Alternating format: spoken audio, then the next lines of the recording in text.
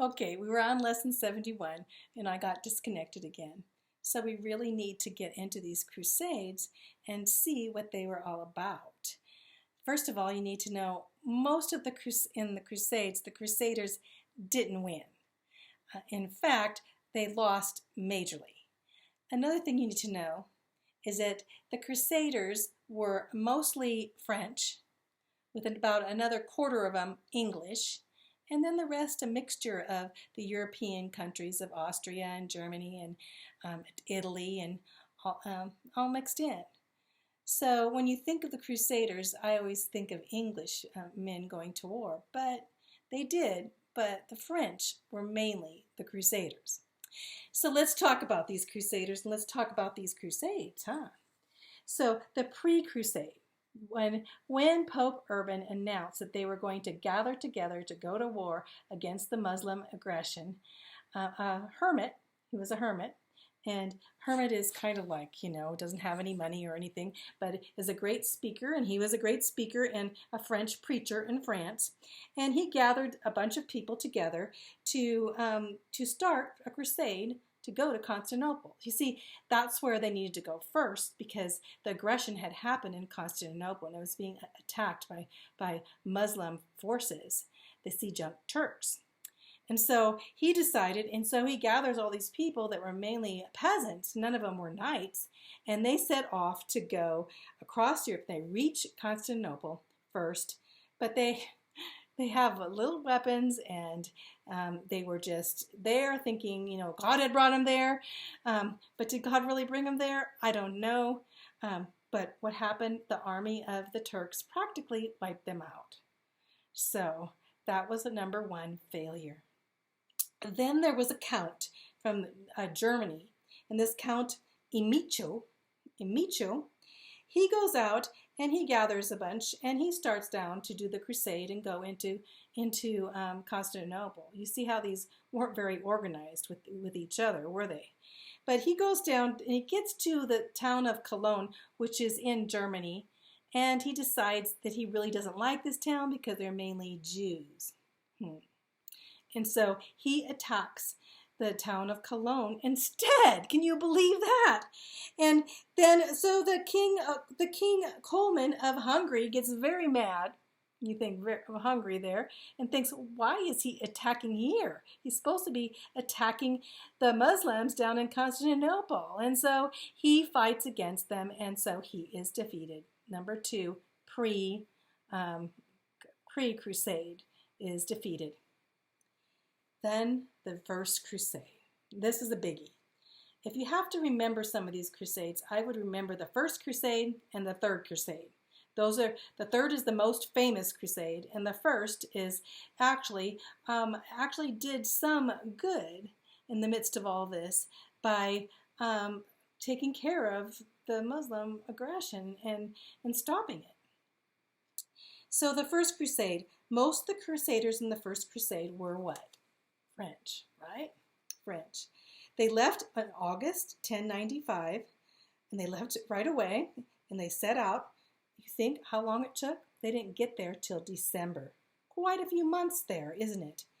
And because they had to travel over the Adriatic Sea, which was a very rough voyage from them.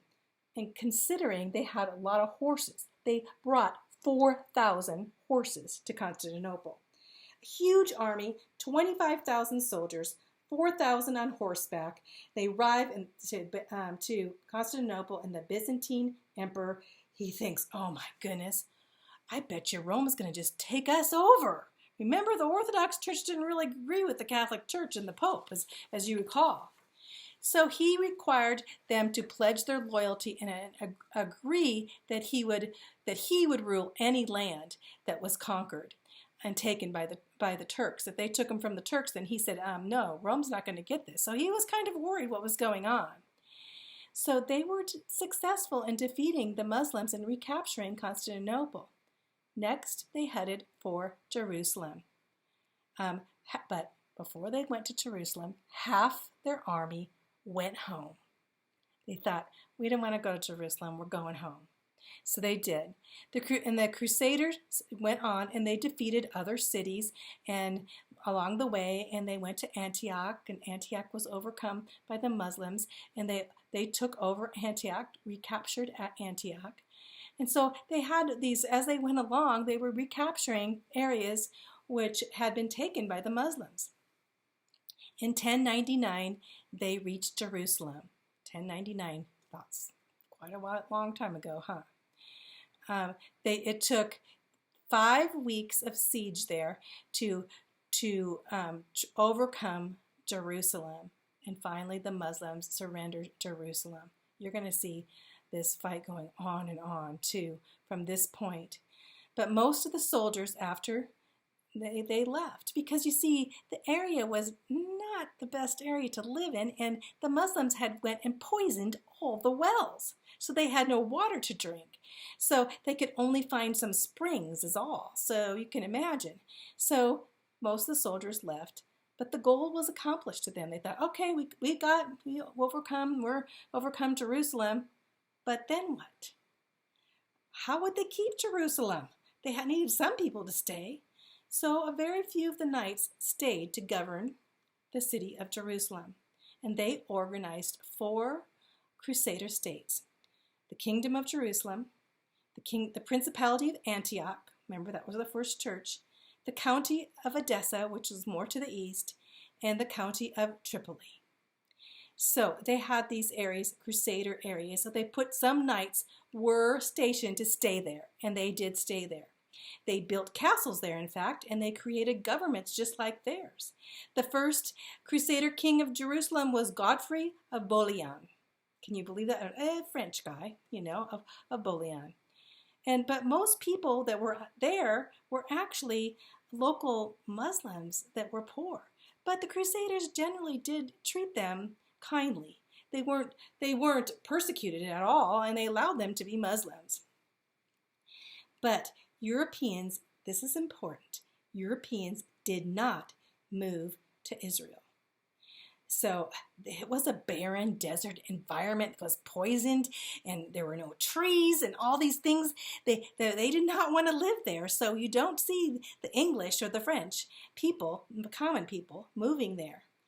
But they did have some merchants. The merchants of Italy organized what was called the Hospitalitors, and they were to take care of any sick or poor pilgrims that were going to Jerusalem. In fact, even today, to this point, we know a lot about those people, the Hospitalitors, because they were like the hospital, right? And then there were the French Knights, the Poor Knights of Christ, and the Temple of Solomon Knights of Templar. That's a long name. But they had their organization now to protect those that were on pilgrimages. And yes, the Crusaders, they stayed for 90 years, which is quite a long time, but not considering in the realm of time of forever, is there? So, 90 years, yeah, that's about the time as a person lives in this day. So, then we come to the later Crusades. I'm going to go through these because these are pretty terrible, actually, and, kind of fumbling and foolish, okay? So the Roman Catholic Church began using the Crusades as a method for taking care of all their problems in various places. They said, you want something done? Just order a crusade, and we'll have those knights do anything we want them to. Not too good. So the Second Crusade, number whatever, big failure. I was going to say number 2 big failure, but we had a few other failures before this, happened in 1144. Many Muslims believed that retaking Jerusalem would be an act of Muslim devotion, so the Muslims were trying to overtake Jerusalem. They were attacking the Crusader states and attacking the pilgrims, the Christian pilgrims that were going to Jerusalem. In 1144, they captured the county of Edessa, and the Pope's name, he was Eugenius III, and he calls for a crusade. He hires a French preacher named Bernard of Clairvaux, and Bernard was really good at giving sermons and trying to get everybody to go on crusades. So he traveled all over Europe to gather people, and he did give indulgences. Give them a piece of paper and say that if they did this or that they would have their sins forgiven.